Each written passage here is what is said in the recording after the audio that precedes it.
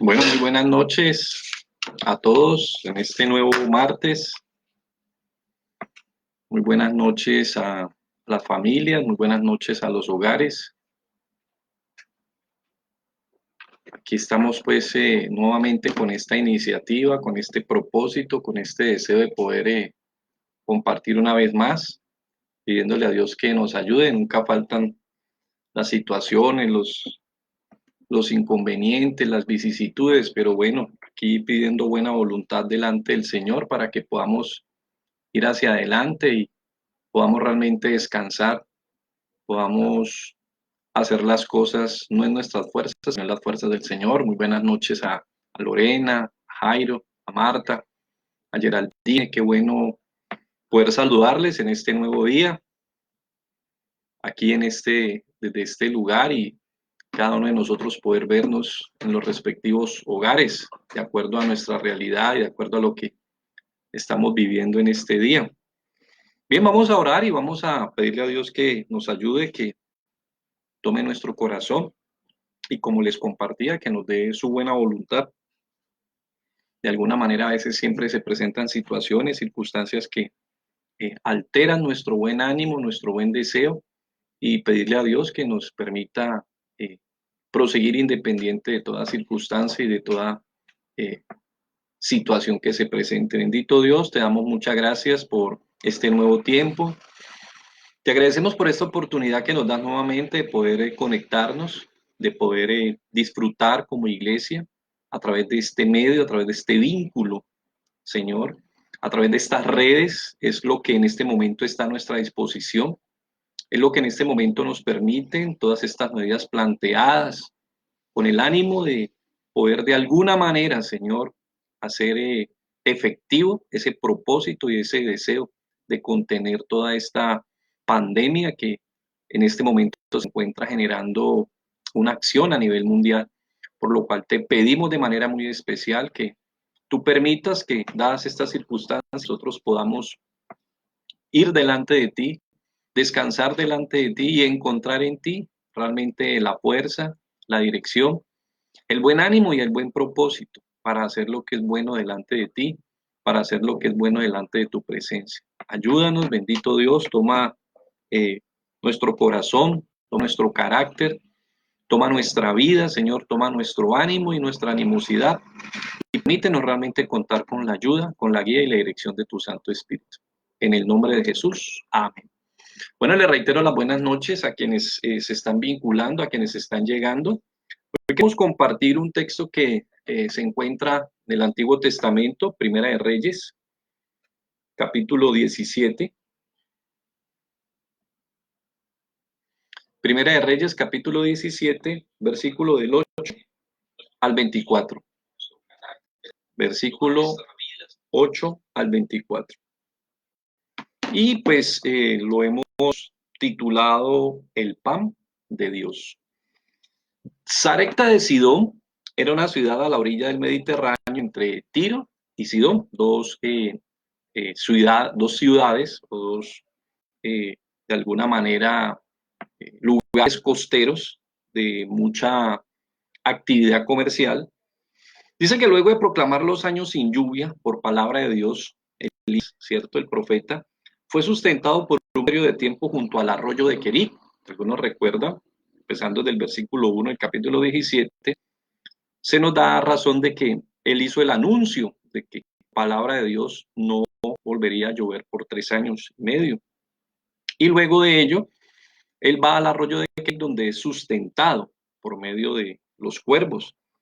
Pero cuando el arroyo se seca como consecuencia de la falta de lluvia, Dios lo envía a este lugar que hemos descrito, Sarepta de Sidón, que era fuera de Israel, donde le instruye sería sustentado por una viuda. Eran los días del famoso rey Acab, un rey que lamentablemente se distinguió por no acatar la dirección de Dios, por no acatar la luz de Dios, por no acatar las ordenanzas de Dios, y lamentablemente pues eso tiene consecuencias cuando uno se margina del objetivo que Dios nos ha trazado, de su voluntad. Lamentablemente pues ahí es donde se incurre en ese hierro que se llama pecado, y lamentablemente pues eso fue lo que Acab generó de alguna manera y de otra manera, incurrió a que el pueblo lo incitó, lamentablemente no viviera para la gloria de Dios. Esto era lo que era el famoso reino del norte.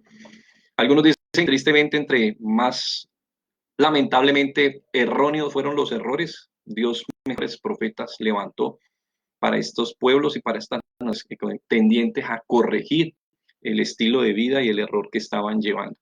Volvamos entonces, vamos al texto, Primera de Reyes, vamos a leerlo y luego lo vamos a trabajar. Primera de Reyes 17, versículo 8 al 24 dice: Vino luego a él palabra de Jehová a Elías diciendo: Levántate, vete a Sarepta de Sidón por allí. He aquí yo he dado orden allí a una mujer que te sustente. Entonces se levantó y se fue a Sarepta, y cuando llegó a la puerta de la ciudad, he aquí una mujer viuda que estaba allí recogiendo leña. Y él la llamó y le dijo: Te ruego que me traigas un poco de agua en un vaso para que beba. Y yendo ella para traérsela, él la volvió a llamar y le dijo: Te ruego que me traigas un bocado de pan en tu mano. Y ella respondió: Vive a tu Dios que no tengo pan cocido. Solamente un puñado de harina tengo en la tinaja y un poco de aceite en una vasija. Y ahora recogía 2 leños para prepararlo para mí y para mi hijo, para que lo comamos y nos dejemos morir. Elías le dijo: No tengas temor, ve, haz como has dicho, pero hazme a mí primero de ello una pequeña torta cocida debajo de la ceniza y trae, y después harás para ti y para tu hijo. Porque Jehová Dios de Israel ha dicho así: La harina de la tinaja no escaseará, ni el aceite de la vasija disminuirá, hasta el día en que Jehová haga llover sobre la faz de la tierra. Entonces ella fue e hizo como le dijo Elías, y comió él y ella y su casa muchos días. La harina de la tinaja no escaseó, ni el aceite de la vasija menguó, conforme a la palabra que Jehová había dicho por Elías. Bueno, en esta primera parte vamos a mirar o vamos a ver, dentro de este tema que estamos tratando hoy, el pan de Dios, vamos a ver la provisión divina. Y vamos a ver a través de 2 puntos específicos, que es los instrumentos de Dios y los frutos de Dios. Entonces nos encontramos primero con que los instrumentos de Dios, Elías es enviado a una mujer ajena a su pueblo, ya lo habíamos dicho, a su cultura, pero coincide con su fe. Muchas mujeres en Israel estaban necesitadas, pero Dios soberano decide enviarlo específicamente a Sidón y específicamente a esta mujer. Algunos creen que atendiendo a su fe y a su necesidad, porque cuando se encuentra el profeta, si ustedes recuerdan, ella lo saluda en buenos términos. Dice: entonces se levantó y fue a Sarepta, y cuando llegó a la puerta de la ciudad, he aquí una mujer viuda que estaba allí recogiendo leña, y él la llamó y le dijo: Te ruego que me traigas un poco de agua en un vaso para que beba. Y yendo ella para traérsela, él la volvió a llamar y le dijo: Te ruego que me traigas también un bocado de pan en tu mano. Y ella responde: Vive Jehová tu Dios. Al parecer distinguió que era un hombre o era profeta de Dios, y al parecer tenía cierto conocimiento o cierta confianza, cierta esperanza, tenía cierta luz con respecto al Dios de Israel específicamente. Dice entonces que le responde, ¿cierto? Algunos creen que atendiendo fue a este lugar, atendiendo a su fe y a su necesidad. ¿Por qué? Porque como algunos concluyen, Dios es el Dios del mundo, no solo de Israel. Esto luego se ratificaría también a través de el profeta Ezequiel como consecuencia de la deportación y diferentes manifestaciones de Dios ahí en ese lugar, en Babilonia, donde traería la certeza de que Dios no está circunscrito solo un perímetro geográfico, sino que realmente es el Dios del universo. Por eso nos recuerda Romanos 3:29. Romanos 3:29. Recordaba así Pablo a los romanos. ¿Es Dios solamente Dios de los judíos? Pregunta. Y vuelve y pregunta. ¿No es también Dios de los gentiles? Y afirma, ciertamente, también de los gentiles. Aquí vemos cómo Dios desde antemano, de antaño, ya venía manifestando esa intención dentro de su plan original de salvación para manifestar su bendición a todas las familias de la tierra. Así le había dicho a Abraham en Génesis 12:3. Entonces, ¿cuál es la mujer a la que la envía Dios? ¿Cuál es ese instrumento que Dios escoge para sustentarle en medio de esta necesidad y de esta crisis? Primero, es una mujer viuda con un hijo y por lo que vemos, pues está desabastecida. Es, por decirlo así, uno de los mejores ejemplos de indefensión en esa época. No solo ya sabemos que el mismo hecho, ¿cierto?, de que era mujer dentro de estas culturas orientales, ya lamentablemente había una concesión de menoscabo frente al hombre, y fuera de eso viuda, pues todavía más, y con un hijo. Vemos que era una extranjera, ya lo dijimos, no era israelí, era sidonia, estaba pasando igualmente hambre, y vemos por la manera como le responde después de que ella le pide un pedazo o un poco de pan, cuando ella le dice que lo que pretendía en ese momento, ya perdida sus esperanzas, era preparar lo último y sencillamente dejarse morir. Entonces vemos que era una mujer desahuciada, viuda, extranjera y deseada. Ya había perdido sus esperanzas. Y dice uno, pero bueno, sale Elías de que ya el arroyo de Querit se seca y se da la necesidad de que sea sustentado en otro lugar, y va uno a buscar el instrumento y el instrumento termina siendo alguien que a los ojos y a primera vista, pues no hay razón como para decir uno, de esta sombra yo me amparo. Ahí podríamos decir que tal vez Elías pudo haber pensado, no, aquí no hay palo de donde ahorcarse, pero al parecer había, como ya lo dijimos, tenía un punto fuerte, y era que era temeroso por el saludo que le dio el profeta. Punto a favor de lo que vemos, pues tal vez podríamos decir que era el único punto a favor. Pero esta era la persona y este era el instrumento que Dios escogió para sustentar al profeta. Soberanía de Dios, ese era su plan y ese era su propósito. Por eso, recordemos que 1 Corintios 1, 27, 29 nos recuerda.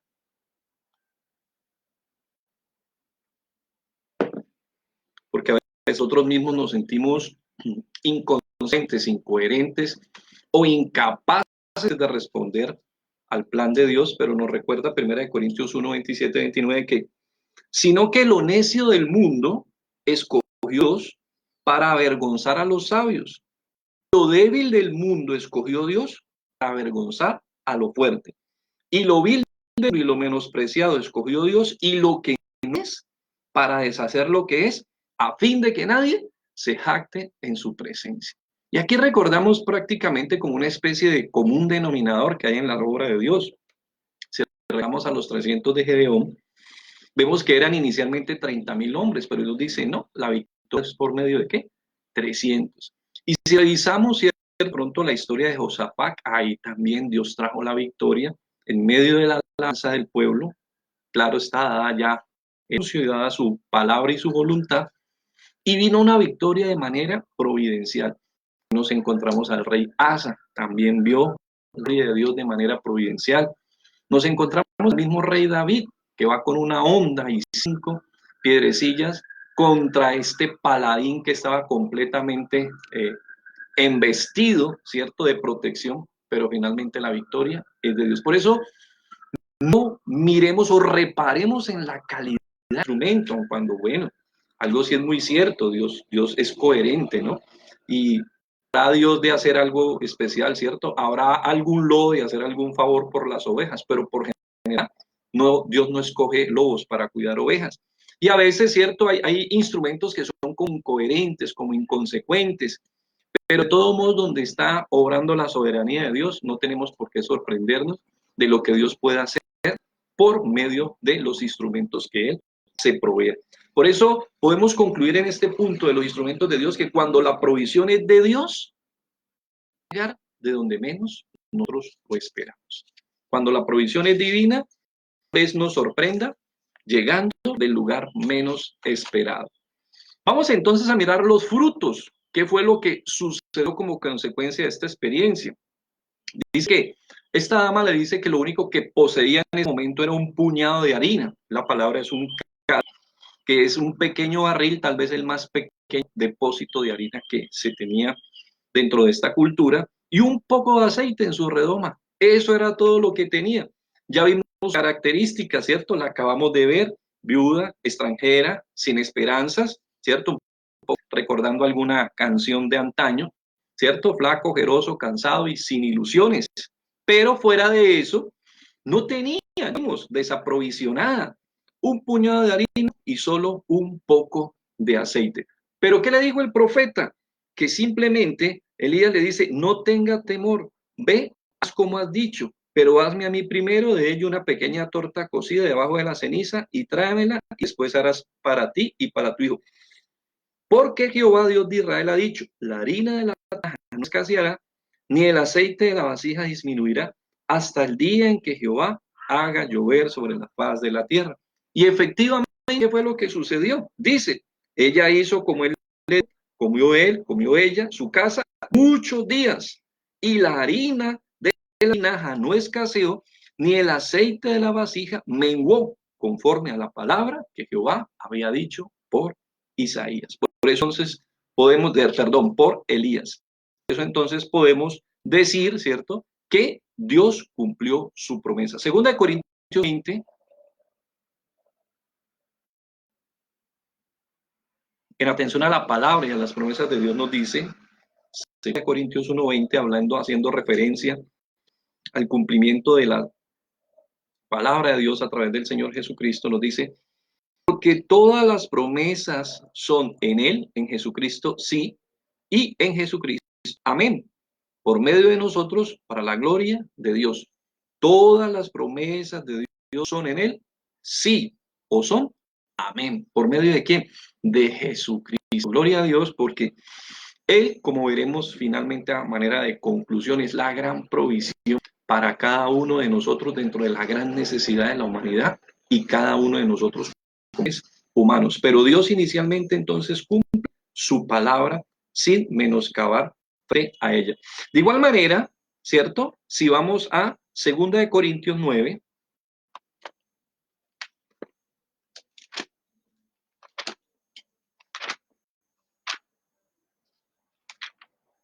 Segunda de Corintios 9,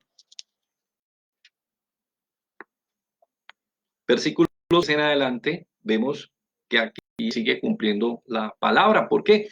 Porque en la medida en que ella proveyó de esa harina, en que ella compartió de su aceite, compartió de su harina, fue obediente, ¿cierto? En que fue generosa, se cumplió la palabra de Dios. Dice, esto digo, el que siembra escasamente, también segará escasamente. Y el que siembra generosamente, generosamente también segará.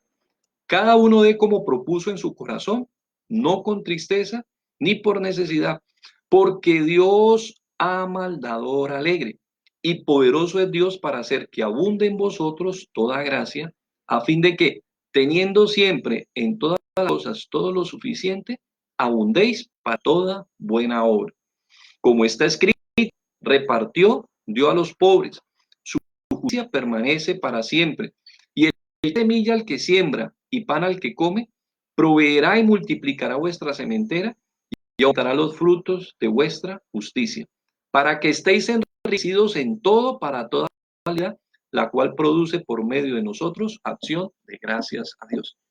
Nosotros, en la medida en que permitimos que fluya la acción, de esa misma manera Dios también trae. Y dice claramente, ¿cierto? En versículo 11, para que estemos enriquecidos en todo, para toda qué liberar, para poder disponer, para poder sembrar, para poder colaborar, para poder ser generosos. En ese orden de ideas vemos entonces que, como dice 2 Corintios 9, el 6 al 11, se cumplió y se cumple también la palabra en este sentido. Recordemos 2 Pedro 1, 3 al 4. en atención a las promesas de Dios. Segunda de Pedro 1, del 3 al 4.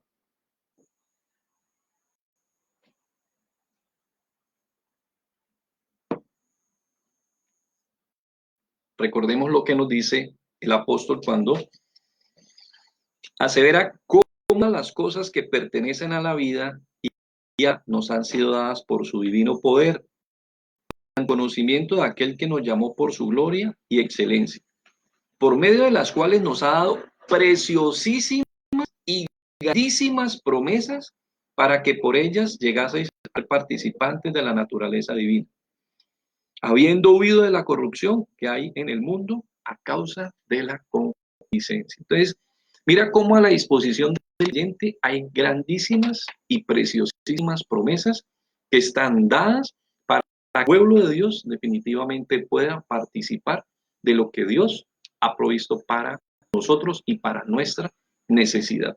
Por eso entonces, en este primer punto hablábamos de la provisión de Dios. La provisión de Dios que se manifiesta a través de los instrumentos de Dios, como consecuencia, los frutos de Dios. Esa es una circunstancia que aconteció después de terminar la Segunda Guerra Mundial, pues como se ha visto todo lo que fue esta realidad, que uno ha visto pues en videos, en cortometrajes y películas, pero sobre todo, ¿no? En hechos reales, en esas películas y en esas historias documentales reales, pues tanto niño huérfano que quedó.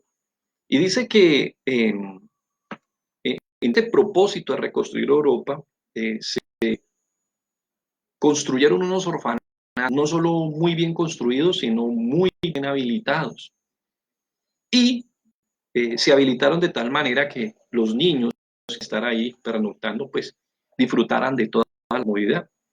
Pero iniciado pues el proceso de habitación de estos orfanatos, de estos lugares, se encontraron que los niños no dormían, pasaban muchas veces la noche en vela y tenían buena cama, colchón, buena iluminación, buena aireación, lugares muy bonitos, muy cómodos, pero los niños no dormían, no dormían.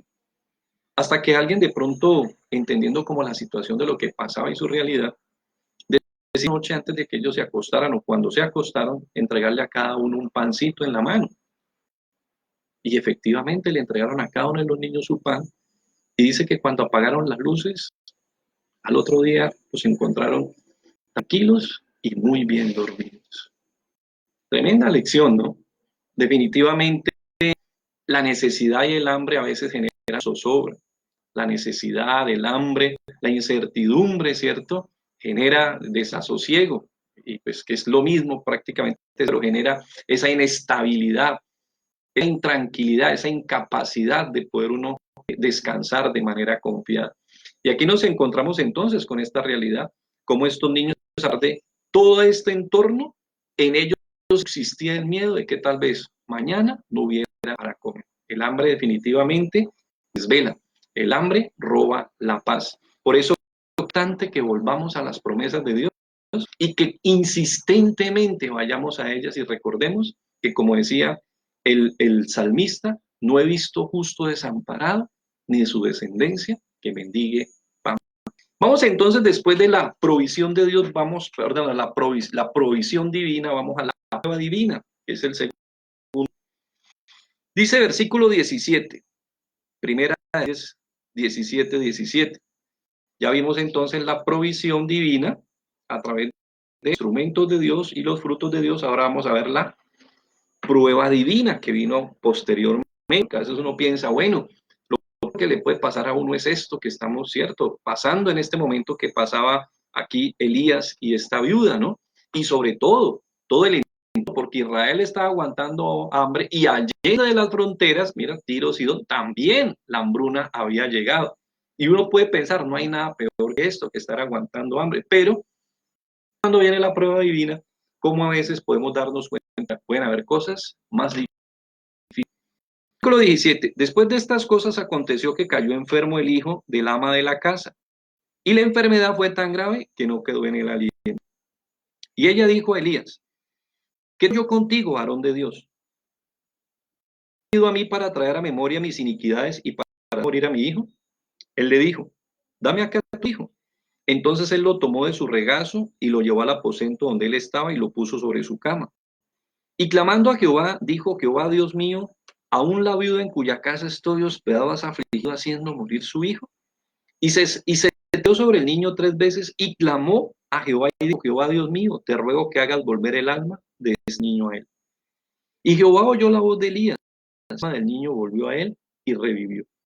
Tomando luego Elías al niño, lo trajo a la casa y lo dio a su madre y le dijo, Elías, mira, tu hijo. Entonces la mujer dijo a Elías, ahora conozco que tú eres varón de Dios y que la palabra de Jehová es verdad en tu boca. Vamos entonces a este segundo punto que hemos titulado la prueba divina. Y en esta prueba divina nos encontramos con cuando la vida se acaba y cuando la vida se provee nuevamente. Dice entonces con respecto a la vida se acaba, pues que el hijo muere. Y entonces la pregunta, ¿cierto? Que viene inmediatamente esta mujer se ve confrontada con su realidad, con su naturaleza, con su vida y tal vez con sus antecedentes y se pregunta, ¿será como consecuencia de mi pecado? De alguna manera este evento le reargulle de pecado y se siente culpable por su vida ante Dios. Recordemos como Mateo 6:25, por eso les decía, a eso puede pensar que lo peor era esa situación que ellos estaban viviendo. Pero a veces hay cosas que son más importantes.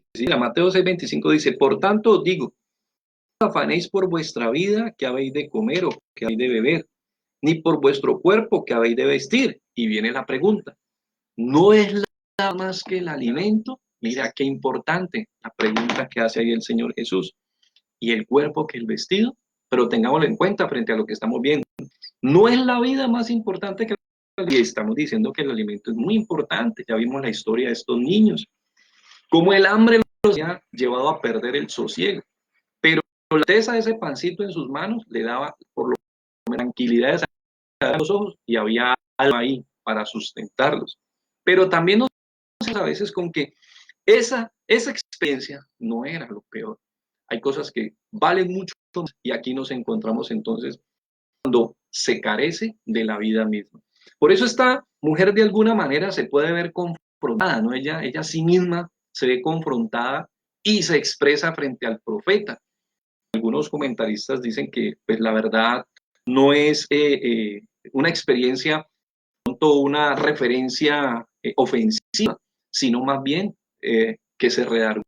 Así misma se da cuenta, ¿no? Que de alguna, ¿cierto? El estilo de vida que pudo haber tenido pudo haber sido consecuencia de esta experiencia. Por eso, Proverbios 28:13, que tanto lo mencionamos, Proverbios 28:13, algunos lo saben de memoria, pero es importante compartirlo. Dice, el que encubre sus pecados no prosperará. El que los confiesa y se aparta, alcanza misericordia. Bueno, a veces es bueno uno ser confrontado con sus realidades, ¿no? A veces hay situaciones que Dios permite por medio de las cuales uno puede ver lo que a veces uno no ha sido capaz de ver de manera objetiva. Muchas veces lo hemos dado así, es una frase popular, así también lo expresa en cierto sentido ya de manera más fina, de manera más sabia y más profunda el Señor. Pero el hecho es que el ojo no ve para adentro. A veces este tipo de situaciones lo llevan a uno a confrontar su realidad. La verdad es que no fue consecuencia necesariamente de su pecado. Algunos más bien concluyen, como dice Juan 9, ¿cierto? Cuando le preguntaron a Jesús por el ciego, ellos preguntaban, ¿quién pecó este de sus padres? Pero finalmente Jesús dice, no, lo que este hombre está haciendo es para que la gloria de Dios se manifieste. Y realmente parece que aquí todo aconteció y apuntó hacia ese hecho. No era necesaria ni directamente una consecuencia del pecado de esta mujer, pero como les digo, hay situaciones a veces que el Espíritu Santo en su soberanía para que uno reconozca, se dé cuenta lo que uno está haciendo, cómo uno está viviendo y quién es uno. A veces, en el fondo, muchas veces compartíamos con alguien, uno cree que uno no hace milagros por falta de disposición de tiempo. Uno cree que uno es más bueno en el fondo que los demás. Y uno no lo dice, pero uno lo cree. Y uno en el fondo cree Y tampoco lo dice, pero se lo cree, que uno a veces es mejor que otros. Y por eso a veces Dios permite ciertas situaciones en la vida para que uno pueda reconocer realmente en Jesús, que uno es un hombre necesitado de Dios. Discúlpeme la expresión, es un pecado. Un pecador que necesita la gracia, la misericordia y el favor de Dios continuamente en su vida. Que nos perdone, que nuevamente nos reconcilie, que nos da paz con Él y que podemos establecer una relación con Él. No significa por eso que me he vuelto mejor que los demás. Simplemente significa que soy consciente de una ayuda y de un auxilio y que sé dónde está esa ayuda y ese auxilio para vivir de alguna manera como Dios me dice y de alguna manera, si Él lo dice, es porque es una mejor. No porque sea mejor, sino es una manera que me conviene a mí. Alguien una vez lo dijo de esta manera. Hay muchas formas de vivir la vida, muchísimas, pero si tú encuentras la mejor, sigue de esa manera. Y eso es más o menos lo que le ofrece el cristianismo a cada uno, una buena manera de vivir. Si hay otra mejor, pues de pronto alguien la buscará, pero yo hasta aquí he encontrado que no hay mejor y por eso he tratado de seguirla. No soy el mejor alumno, no tengo las asignaturas, como reiteramos aquí, casi cada 8 días, pero estamos matriculados en esta escuela con el deseo de cada día poder vivir a la manera de Dios. Es una buena manera de vivir. Por eso entonces nos encontramos luego de que la vida se acaba, viene el profeta, todo niño, va ante Dios, pareciera que le hiciera una recriminación, pero coinciden pues los comentaristas más profundos, ¿cierto? Y lo que él va y le dice, Señor, no vale hasta cierto sentido, ¿cierto? La pena, después de lo que estamos viviendo y después de lo que ha tenido oportunidad de vivir aquí a través de esta dama, pues que vaya yo a irme de aquí y lamentablemente dijo, ¿cierto? No a contar en las condiciones que estaba cuando yo llegué. No vale la pena que de pronto nosotros hayamos venido, nos hayamos amparado y de pronto aquí se quede esta pérdida. Es más o menos que el profeta le dice, le insiste a Dios que vuelva el alma a este niño y finalmente dice que Dios atendió a su plegaria y a su clamor. Por eso entonces, si en el primer punto, cuando la vida se acaba, aquí vemos cuando Dios nuevamente, o sea, cuando la vida es provista nuevamente. ¿Qué sucede? Se resucita el Hijo y se marca un antecedente, por lo menos dentro de las Escrituras.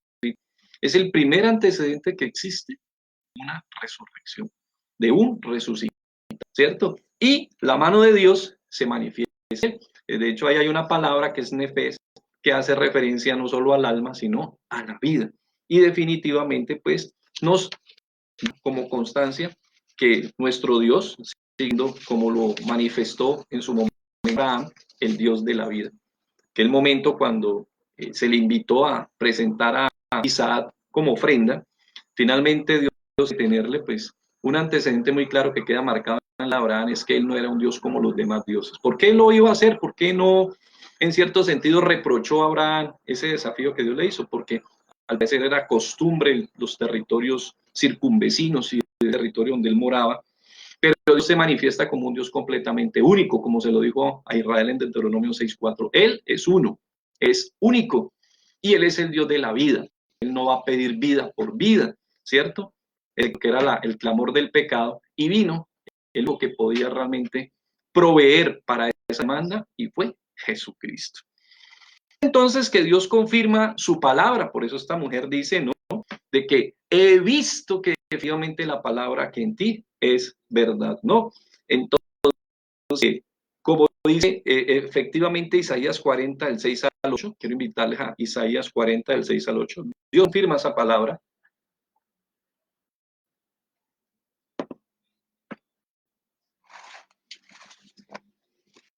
¿Qué confirma? Dice Isaías 40, del 6 al 8.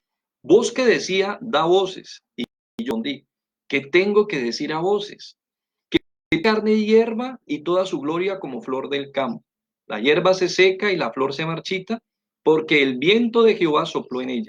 Ciertamente como hierba es el pueblo, seca la hierba, marchítase la flor, mas la palabra de nuestro permanece para siempre.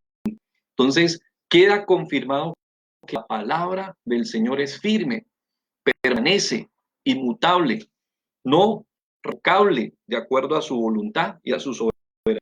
Y de igual manera, 1 de Pedro 1, 23 al 25, recordándonos y tomando esta pasadillas, pero recordándonos el efecto que tiene vida nueva, nos dice el apóstol Pedro que esa palabra evocable, esa palabra que se confirmó, porque ya la había, ¿cierto? Ya Dios había cumplido su palabra al no escasear el aceite, pero aquí esta dama entonces que la está confirmando nuevamente.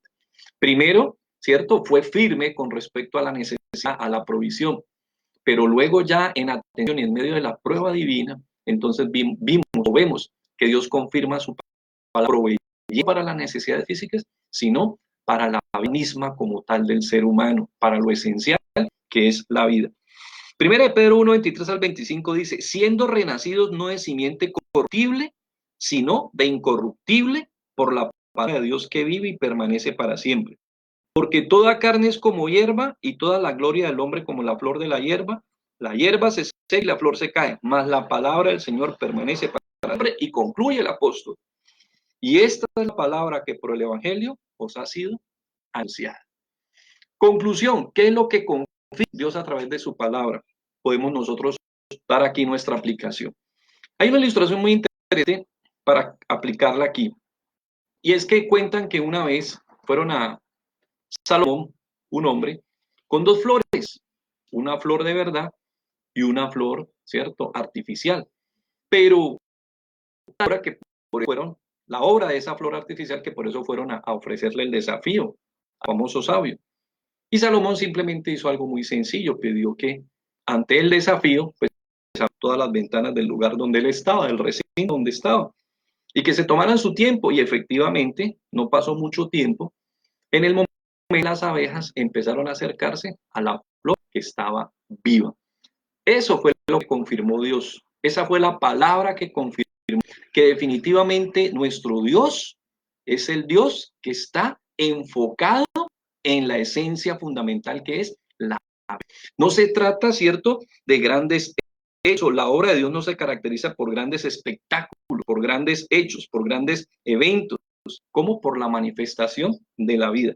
La vida es el distintivo de la mano de Dios. Y así quedó ratificado en este evento. Él proveyó para las necesidades materiales, pero proveyó para las necesidades en este momento, que fue cuando este joven perdió fundamental del ser humano, que era ¿qué? La vida. Por eso recordemos y le colocamos o intitulamos este aparte como el pan del cielo o el pan divino. ¿Por qué? Porque recordemos las palabras de Jesús en Juan 6:35. Dijo, yo soy el pan de vida, el que a mí viene nunca tendrá hambre, y el que en mí cree no tendrá sed jamás. 6:48, yo soy el pan de vida. 6:41, yo soy el pan vivo que descendió del cielo. Si alguno comiere este pan, vivirá para siempre, y el pan que yo daré es mi carne, la cual yo por la vida del mundo. Definitivamente, lo esencial es contar con la vida divina. Por eso él dice que él es el pan del cielo, el pan verdadero. Ese maná, ahí en ese capítulo 6, que él decía, satisfacía la demanda básica. Pero nuestro Señor, nuestro Rey Jesucristo, responde a la demanda esencial, que es la demanda de la vida nueva, de la vida espiritual. Por eso, quien tiene vida, sabe dónde proveerse, pero quien está muerto no sabe nada. Lo esencial y lo fundamental es la vida. Por eso este pan divino es el pan glorioso, es la presencia misma y es la gloria misma de nuestro Señor Jesús en nuestra vida. Él mismo lo dijo, yo soy el pan de vida. Ese es el pan que necesitamos los hombres, ese es el pan que necesita la humanidad. ¿Cuál vida? El reino de los cielos. ¿Cuál vida? El reino de Dios. ¿Cuál vida? La vida que Dios puede dar y que es fundamental y esencial. Entendemos, como compartíamos con la enseñanza, con la experiencia de los niños, que definitivamente pues la falta de provisión genera esperanza, pero si no tenemos vida, no hay nada. No nos olvidemos, definitivamente la prioridad y la esencia de nuestro Dios es la vida por encima de todo, y lo demás vendrá de alguna manera por añadidura, como lo ha dicho en su palabra, porque el que está vivo, el que ha vivido, el que ha nacido de nuevo, sabe en dónde se encuentra la provisión. ¿En dónde? En nuestro Dios. Amén. Vamos entonces a darle gracias a Dios. Vamos a descansar en su presencia. Vamos a recordar esta provisión divina. Vamos a recordar esta prueba divina. Y vamos a recordar sencillamente que en Él hay provisión, en Él hay abundancia y en Él hay descanso, en Él hay alivio, porque Él es el verdadero pan, el pan de vida.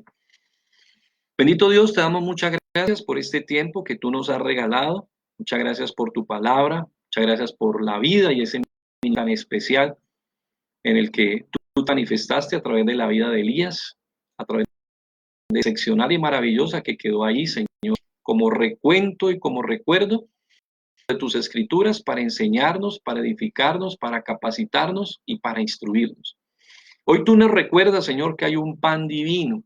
Sí, oh Dios de la fidelidad, a través de esta experiencia con la viuda de Sarepta de Sidón, Señor, tú le enviaste a un lugar donde tal vez uno podría decir era el último lugar donde uno podía pararse, pero no era finalmente el instrumento, sino el Dios que había escogido el instrumento.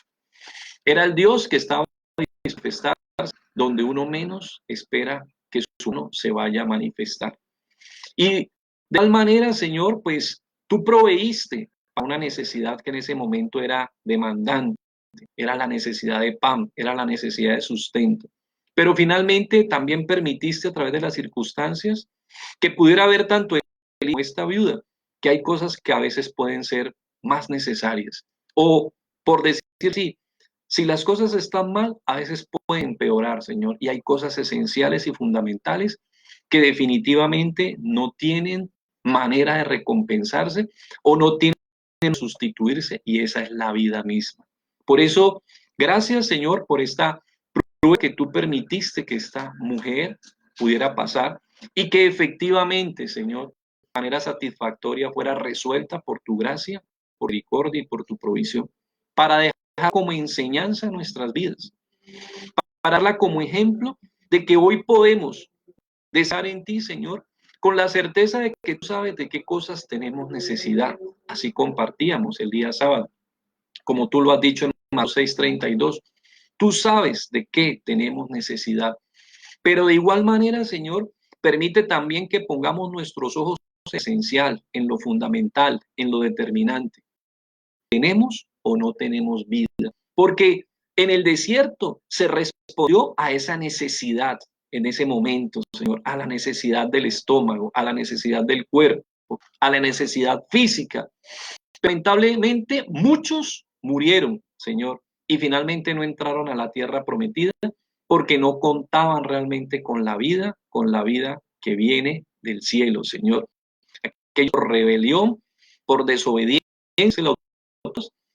estando la promesa de entrar en el reposo de Dios, no entraron por incredulidad. Por eso te pedimos en este tiempo, tú nos ayudes a descansar realmente en esa verdad, en Jesucristo.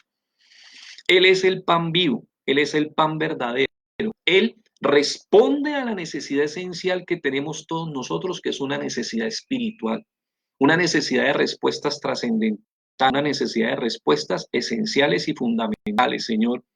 Porque hay mucha gente y muchas veces, Señor, vivimos así sea con lo básico, con lo necesario, pero no hay realmente respuestas trascendentales en nuestra vida. No hay luz, no hay transformación, no hay renovación, no hay restauración, no hay vida nueva, Señor. Y eso es lo que hay en Cristo Jesús como el pan de vida. Él vino para la vida real, la vida esencial, la vida que no perece, la vida que definitivamente permanece y la vida que es verdaderamente transformadora. La vida que empieza aquí, desde el momento en que nos rendimos por la gracia de Dios y por la del Espíritu Santo ante su presencia y lo reconocemos como Señor y Salvador. Desde el momento en que reconocemos que necesitamos de ese pan vivo, de ese pan de vida, porque como Él lo dijo, yo he venido a darles vida y vida en abundancia. Esa es nuestra gran necesidad, Señor. Por eso te pedimos en esta noche de manera muy especial, porque quien está vivo sabe a dónde ir para aprovisionarse, pero el que está muerto no sabe nada, Señor. Por eso permite que podamos realmente contar con tu vida, con vida nueva y contar con la vida que nos da nuestro Señor Jesucristo, porque si alguno no es Cristo, nueva criatura es. He aquí, las cosas viejas han pasado y todo es hecho nuevo. Muchas gracias por el tiempo, Señor. Muchas gracias por ese pan divino provisto para todos los que creen, para todos los que te invocan, para todos los que te buscan y para todos que por tu gracia pueden reconocer que son hombres y mujeres necesitados de ti.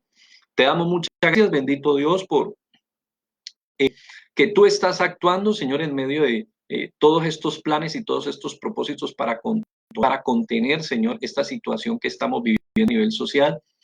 Te pedimos, Señor, que los seres humanos, los ciudadanos puedan responder realmente con conciencia, Señor. Toma de pronto esa certidumbre, ese miedo, Señor, esa falta de confianza o esos temores que a veces están revirtiéndose, Señor, en desórdenes sociales, en no atender, Señor, realmente a lo que tú estás prescribiendo a través de las autoridades, que es cuidarse, que es estar en su... Y lamentablemente nos encontramos con una cantidad de ciudadanía que no quiere responder, Señor, a la propuesta, a estas decisiones. Y puede ser causado simplemente por una rebelión natural o puede ser una respuesta equivocada, Señor, al miedo y a la incertidumbre. De igual manera, pedimos que te glorifiques en la vida de todos aquellos involucrados, Señor, que están en el día, Señor, respondiendo a la contención de esta crisis, bendito Dios, al personal médico, al personal de enfermería, a todo el personal que está involucrado dentro de una clínica, Señor, a las personas que están laborando en los mercados, a las personas que están laborando en las empresas, a la fuerza pública, Señor, y a tantas personas que día a día les toca salir a vivir, a enfrentar, porque son muchos los héroes, Señor, que en el momento están haciendo frente a esta contingencia. De igual manera te rogamos, Señor, para que obre de manera providente en la economía de esa nación. Solo tú tienes poder, Señor, para orar de manera sobrenatural. Acuérdate de tu casa, acuérdate de tu iglesia, acuérdate de tus congregaciones, Señor. Acuérdate, Padre, donde nos podemos congregar, reunir, dar, participar de tu gloria y de tu honra, Señor. Bendice a cada miembro, bendice a cada familia, bendice a cada pareja, bendice cada hogar, Señor, y cuídales, cuídales poderosamente, bendito Dios. Y permite que podamos encontrarnos para dar la gloria, la honra y la alabanza, Señor. Muchísimas gracias por tu obra, Espíritu de Dios, porque sabemos que estás obrando en este tiempo, volviendo los corazones a ti, porque tú eres realmente quien vuelve los corazones a ti. No es el COVID, no es el virus, no es la pandemia, Señor, no es el cuarentena, Señor. Eso no vuelve a nadie a ti, bendito Dios. Realmente el que vuelve los corazones a Dios se llama el Espíritu de Dios, quien genera y quien nos convence verdaderamente nuestra necesidad de Dios. De igual manera, gracias porque está renovando nuestro entendimiento para que podamos entender, como dice Santiago 1:5, qué tienes tú y qué traes tú y qué vamos a sacar, Señor, de toda esta experiencia. Y te damos muchas gracias por este tiempo de manera muy especial. Gracias por tu provisión, gracias por el sustento a cada hogar, gracias por el sustento a cada familia, gracias por el sustento a tu obra, gracias por la provisión para que tu obra se extienda y siga creciendo y porque todo lo que se provea efectivamente, Señor, racionalizar para el cumplimiento de este propósito. Gracias por los hogares, gracias por las familias, gracias por la convivencia, Señor. Guárdanos, háganos y mantén la disposición correcta en nuestras vidas y en nuestros corazones. En el nombre de Jesús, amén, amén y amén. Muy buenas noches, que Dios les bendiga y que tengan un especial, muy especial día en la noche de hoy. Bendiciones.